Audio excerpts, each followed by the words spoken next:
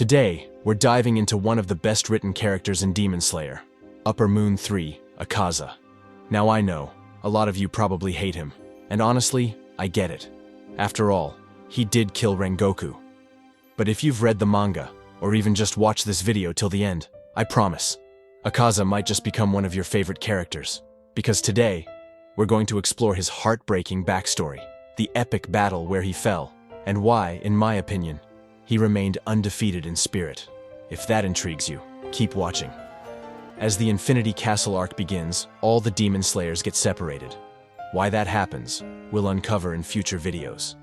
But for now, Tanjiro and Giyu manage to reunite, only to cross paths with the demon Tanjiro has longed to face, Akaza, the very one he blames for Rengoku's death. The moment they lock eyes, the battle begins.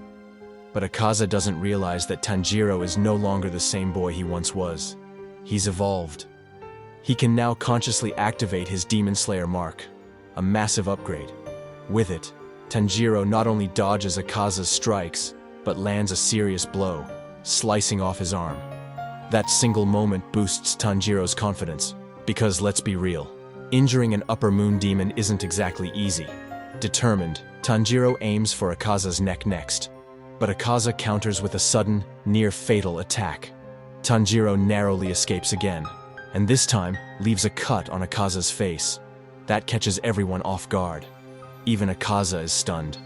And so is Giyu, watching the fight unfold. He realizes just how far Tanjiro has come, to the point where his power now rivals that of a hashira. And remember, Giyu hasn't even stepped in yet. Tanjiro is holding his own against Upper Moon 3 all by himself. Giyu's thoughts drift back to the day he met Tanjiro. How far he's come, all for the sake of his sister. Even Akaza acknowledges it. He recalls Rengoku's words, "Don't call this boy weak." And now, he admits, Rengoku was right. Tanjiro isn't weak. He respects him. But that respect doesn't mean he'll hold back.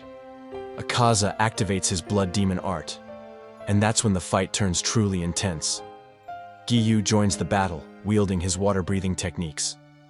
When he unleashes his 11th form, Akaza is left speechless. He's never seen anything like it before. Which makes sense. Giyu created it himself. Despite this, he never saw himself on the level of other hashira. Meanwhile, Tanjiro tries to launch a surprise attack, but Akaza disappears from in front of him, only to reappear behind, ready to strike. Giyu steps in just in time to protect Tanjiro once again. While the two clash, Tanjiro targets Akaza's leg. Knowing how fast he is, this might be a weak spot. But Akaza counters with a powerful kick that Tanjiro barely blocks with his sword. Still, the damage is severe. Blood spills. Tanjiro is stunned by the sheer strength Akaza can unleash with just one blow. True to his nature, Akaza, a warrior at heart, asks for his opponent's name. But Giyu refuses to give it to a demon. Akaza simply smiles, saying he'll keep asking until he gets it. Then, with another brutal kick, he sends Giyu flying through multiple walls. And that's when Tanjiro accidentally yells out, "Giyu-san!" In that moment, Akaza finally learns his name. But the real challenge now begins. Akaza must face Tanjiro alone. And as the fight rages on, Akaza acknowledges him once more. "You've improved tremendously," he says. "Your movement, you've clearly trained hard in such a short time." He even admits Rengoku did a phenomenal job that night, because back then, Tanjiro was nothing but a helpless boy lying on the ground. But now, his growth is unbelievable. Even Akaza is shocked. And then comes the line that hits the hardest. Akaza says he's glad Rengoku died that night, because he believes Rengoku would never have become stronger. His vision, his ideals, were his limits. He chose to stay human. And that, in Akaza's eyes, was his downfall. So, when Akaza brings up Rengoku, Tanjiro snaps. He firmly warns Akaza not to utter a single word about Rengoku. But Akaza responds casually, saying, "Why? What did I say? I'm actually praising you both." According to Akaza, it's simply nature's law. Those who are weak should be eliminated. Tanjiro immediately rejects this notion, giving the example of newborn babies. He asks, aren't they the weakest of all? If no one protects them, how would they even survive? That's why, in Tanjiro's eyes, the strong are meant to protect the weak, and the weak must grow stronger so they can protect others even more vulnerable. That, to him, is the true law of nature. He calls Akaza's ideology absolute nonsense, which enrages Akaza. But the demon himself is confused. Why is he so furious over something he doesn't even believe in? At first he thought he hated Tanjiro because he was weak. But now Tanjiro has grown stronger than before, and Akaza still can't bear to look at his face. Suddenly, a hand reaches out to Akaza from behind, an image of someone saying the exact same words as Tanjiro. When Akaza turns around, there's no one there. It was a memory. A hallucination. Tanjiro notices him reacting to thin air and is confused, but before he can figure anything out, Akaza, now completely pissed off, launches a direct attack. This strike is far stronger and much faster than the previous ones. In fact, before Tanjiro can even blink, Akaza is already landing another blow. Tanjiro realizes that Akaza's strikes are too precise, almost as if they're targeting all his vital points and openings automatically. So he starts analyzing everything Akaza has said so far, trying to find a clue in his ideology or technique. When Akaza strikes again, Tanjiro counters, and this time, his blade nearly reaches Akaza's neck. Then, something intense is revealed. Rengoku's younger brother had discovered a letter written by their ancestor, one of the earliest flame hashira, who had once been in direct contact with none other than Yoriichi. When Yoriichi tried to explain sun breathing to him, the flame hashira couldn't grasp it. Still, Rengoku's brother believed Tanjiro could understand it, so he sent the letter to him. But fate had other plans. Before that letter could reach Tanjiro, the fight between him, Giyu, and Akaza had already begun. Back in the fight, Tanjiro goes in for an attack, but Akaza grabs his blade mid-air. Tanjiro immediately panics. Akaza could snap the sword in an instant. With no other option, Tanjiro lands a brutal headbutt and follows it up with a kick. But even that's not enough. Not for an Upper Moon 3. Just in time, Giyu makes his entrance, and this time, he's activated his Demon Slayer mark. Whether he did it consciously or not, no one knows. But one thing's for sure. He looks absolutely badass. His first attack is enough to make Akaza realize how much the power scale has shifted. And just like that, the real battle begins. Tanjiro notices something, though. While Giyu has clearly become faster, Akaza instantly matches that speed. And if things continue like this, the humans are bound to lose eventually. After all, their ultimate goal is to defeat Muzan. They can't afford to waste all their energy here. So Tanjiro calms down and thinks hard. What makes Akaza's attacks so precise? Then he remembers how Akaza always talks about battle spirit. He even recalls something Inosuke once said, that if someone doesn't have killing intent, it becomes incredibly hard to sense them, especially from behind. At the time, it sounded like childish talk, but now, it starts to make sense. Tanjiro decides to test the theory and tries a surprise attack from behind. But Akaza, without even turning, grabs his sword and launches a counter. Luckily, Tanjiro had expected this and dodges it with ease. Then, we're shown a glimpse of Tanjiro's past, where his father had once explained that if you eliminate all unnecessary movements, your mind reaches a state of complete clarity, almost invisible and empty. That's how his father, despite being terribly ill, could dance the fire god dance all night without exhaustion. In fact, one night he even faced off against a bear that had threatened the family, and defeated it without any killing intent. Continuing the memory, Tanjiro explains that his father could see the transparent world. And that's exactly what Tanjiro had just experienced during Akaza's earlier attack. That's how he managed to dodge such a deadly, close-range strike. Now, he's fully confident. This technique is the key to defeating Akaza. Meanwhile, the fight between Giyu and Akaza intensifies. Giyu's barely managing to keep up. He's pushed to his absolute limits, using every breathing form he knows. But then, Akaza breaks Giyu's sword mid-attack. Giyu is left shocked, weaponless. Akaza calmly bids him farewell and prepares to land the final blow. And in that moment, it truly seems like Giyu's fight is over. Akaza realizes the blood wasn't coming from Giyu's stomach, but from his severed hand. And the one behind that injury? None other than Tanjiro. Just like how Giyu had saved Tanjiro twice in this battle, Tanjiro now returned the favor in the exact same way. Witnessing this moment stuns Giyu. His hair, his eyes, his voice. Everything about Tanjiro had changed. Meanwhile, every cell in Akaza's body, every strand of hair, is screaming one thing. Kill this boy now. He's dangerous. Without hesitation, Akaza activates his demon art once again. The name alone hints at its destructive nature, destructive death, his most powerful technique. But Tanjiro? He isn't in the same world anymore. He's entered the see-through world. Still, Akaza manages to severely injure Giyu using his technique. Just then, Giyu glimpses Tanjiro behind Akaza, and it leaves him stunned. Akaza doesn't even sense Tanjiro standing right behind him. Tanjiro is ready to strike, aiming directly for Akaza's neck, but instead of staying silent, Tanjiro shouts, "Akaza! I will cut your head off!" Startled, Akaza instinctively attacks Tanjiro. Giyu's immediate thought? "Idiot! Why'd you yell his name?" But the real shock hits Akaza. How is this boy still alive? Even so, Akaza trusts his killing intent compass, so he doesn't panic, until it suddenly stops working. It no longer detects Tanjiro's presence. In that moment, Akaza realizes Tanjiro's battle spirit has completely vanished. Before Akaza can react, Tanjiro slices his head clean off. Akaza's final word? Impossible. As his head begins to disintegrate, everyone believes the fight is over, especially Tanjiro. But to their horror, Akaza's body remains completely intact. Giyu is left speechless. Akaza, unbelievably, reactivates his compass, his demon art, and seals the place where his head was severed in a strange way. Tanjiro, already at his limits, having used both the see-through world and the Demon Slayer mark, now struggles to even dodge Akaza's basic attacks.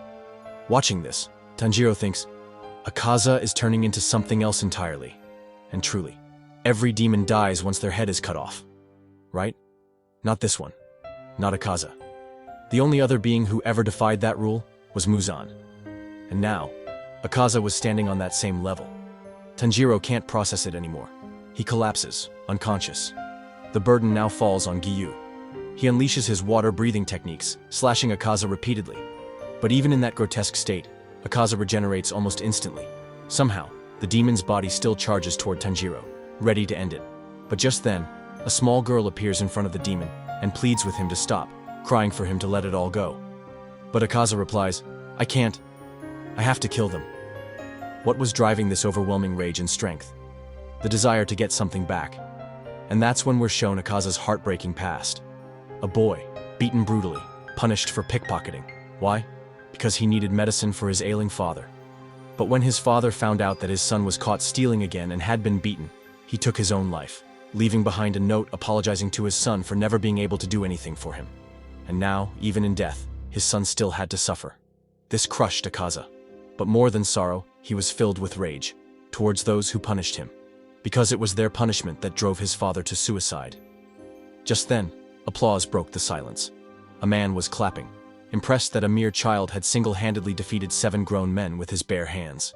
The man, admiring Akaza's fighting spirit, invited him to train at his dojo. Still overwhelmed with frustration, Akaza lashed out. But the man wasn't ordinary. Without even getting hit, he knocked Akaza out cold. That's how Akaza ended up at the dojo. The first thing that man asked him, "Take care of my daughter."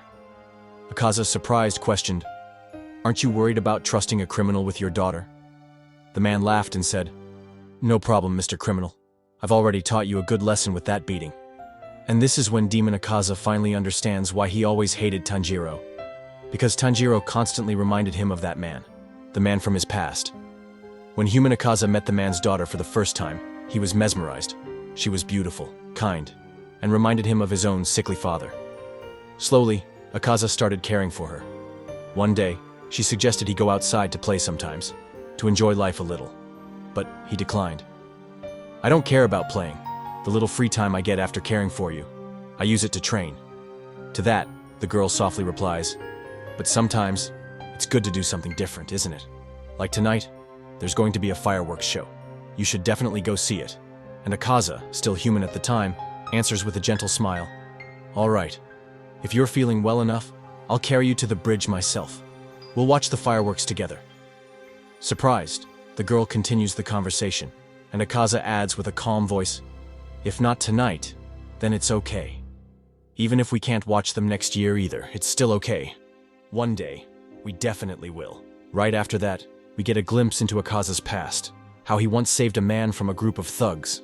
The man, impressed by Akaza's incredible fighting skills, gifted him his dojo and the land it stood on. But not everyone was happy with that decision. Some had always wanted the dojo for themselves. 3 years go by. Akaza turns 18. The girl, 16. Over time, she starts walking again, her health improving. And during those peaceful days, something major happens. The master offers Akaza not just his dojo, but also the hand of his daughter. Shocked and slightly embarrassed, Akaza doesn't know how to respond, but that very moment makes him start believing his father's words. That maybe, just maybe, he could live a normal life.